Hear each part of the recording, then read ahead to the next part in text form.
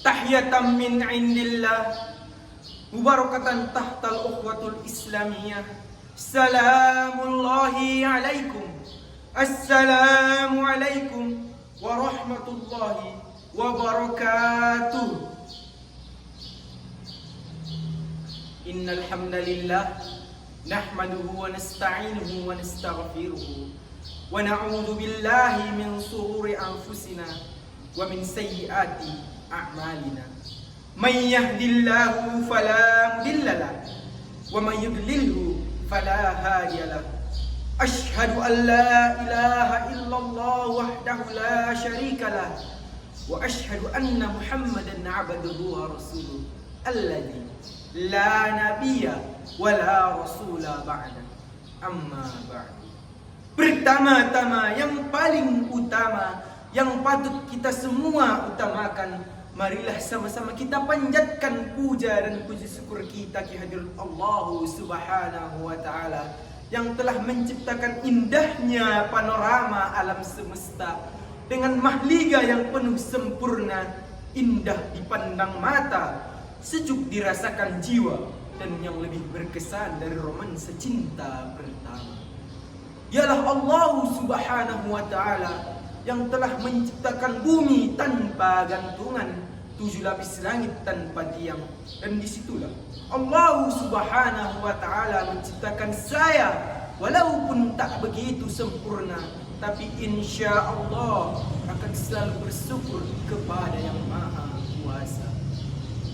Sembari untayan langkah yang pertama, adapun untayan langkah yang kedua, solawat bertangkaikan salam, bertalikan kasih dan sayang kepada seorang nabi yang katanya tak pernah main laptop tapi namanya selalu ngetop, kepada seorang nabi yang katanya tak pernah makan kangkung tapi namanya selalu agung, kepada seorang nabi yang katanya tak pernah makan tomat tapi namanya selalu terhormat. Dialah seorang proklamator yang tak pernah naik motor apalagi berkata kotor. Dialah seorang nabi yang telah membawa kita dari zaman kegelapan menuju zaman terang benderang seperti sekarang ini. Dialah seorang nabi yang telah membawa kita dari zaman Sayyidina Ali menuju zaman Lionel Messi.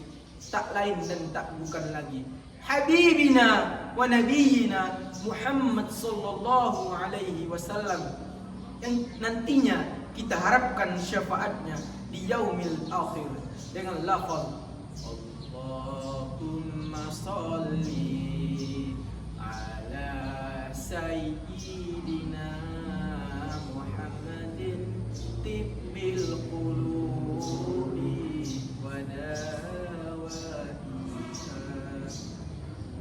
wa'afiyati abadani wa shifaiha wa nuril absari wa niyatiha wa ala alihi wa sahbihi wa sallam.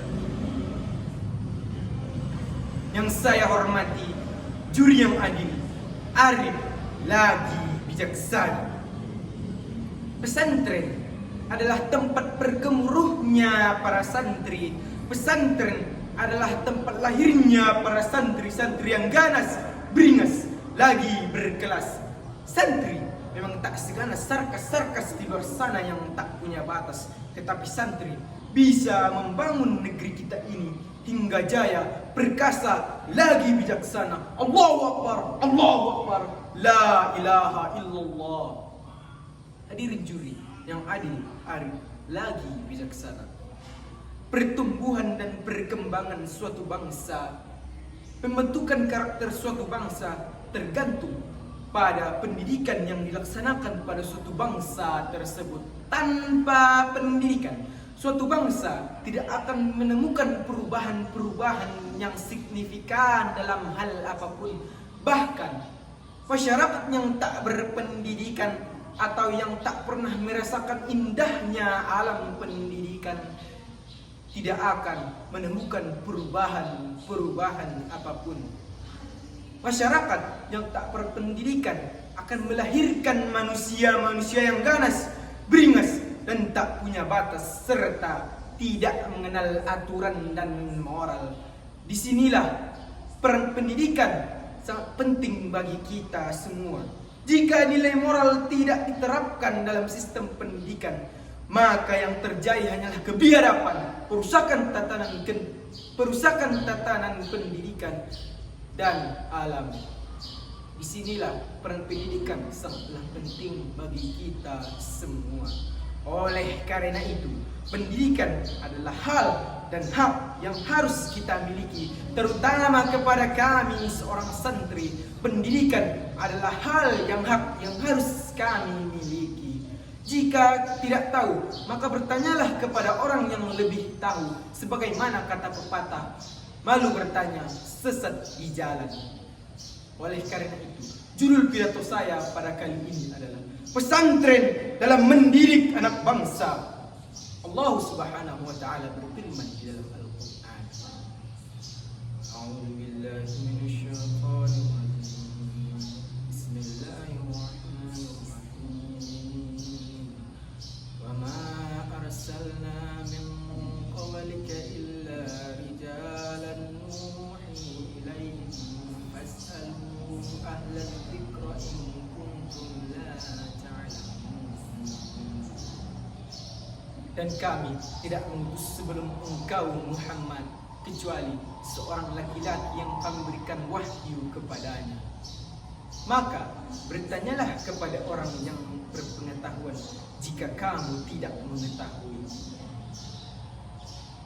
Maraknya kabar dan berita di luar sana, kejahatan-kejahatan di luar sana, yang itu dilakukan oleh sekelompok orang maupun sendirian, yang itu dilakukan oleh oknum pemerintah maupun masyarakat, yang itu dilaksanakan secara terang-terangan maupun sembunyi-sembunyi. Indonesia pada saat ini telah memberikan bukti bahwa masyarakat Indonesia telah jauh menghilangkan penanaman moralitas. Dan dari gambaran tersebut, kita semua mendapatkan nasihat yang sangat berharga bahwa segitu kejamnya arti kebebasan yang tak memiliki batas di kalangan masyarakat kita ini. Hadirin juri yang adil, arif, lagi bijaksana. Lembaga pendidikan tertua yang pernah menjamur di muka bumi Nusantara kita ini adalah pesantren. Telah banyak pendidikan berbasis pesantren ini melahirkan cendikiawan yang intelektual, guru-guru bangsa yang mengabdikan tanpa pamrih, dan bahkan pahlawan bangsa yang rela mengorbankan semuanya demi satu tujuan: Indonesia merdeka, bersatu, berdaulat, adil dan makmur dari kolonial dan imperial yang berusaha mengekang dan ingin merebut Indonesia dari tangan kita yang kita cintai ini. Di tengah global yang sulit ini, santri hadir sebagai implementasi terhadap umat dan bangsa, sebagaimana ajaran Islam yang rahmatul lil alamin, yaitu Islam yang wasatiyah dan Islam yang ahlus sunnah wal jamaah. Hadirin juri yang adil, arif, lagi bijaksana. Kala itu penjajah datang kembali dan ingin merebut bangsa Indonesia yang kita cintai ini. Santri yang dikomandoi oleh para ulama menghalangi hal tersebut, hingga terjadilah peperangan selama 3 hari berturut-turut, yaitu 27 Oktober sampai 29 Oktober, yang menewaskan ribuan tentara dari Inggris. Bahkan brigadir kolonel dari Inggris tewas dengan ganas dalam pertempuran tersebut. Dalam melawan para penjajah, santri menjadi garda terdepan membela tanah air Indonesia yang kita cintai ini untuk merdeka, bersatu, berdaulat, adil dan makmur. Jadi tidak mengherankan jika pesantren atau madrasah selalu menelurkan bangsawan yang intelektual, guru-guru bangsa yang mengabdikan tanpa pamrih, cendikiawan-cendikiawan yang berseragamkan ilmu pengetahuan dan berkendarakan moralitas keagamaan, berakhlak mulia dan peduli terhadap sesama. Jadi, intinya pesantren adalah lembaga pendidikan yang mendidik anak didiknya dengan sepenuh hati, dengan hati-hati, dan dari hati nurani.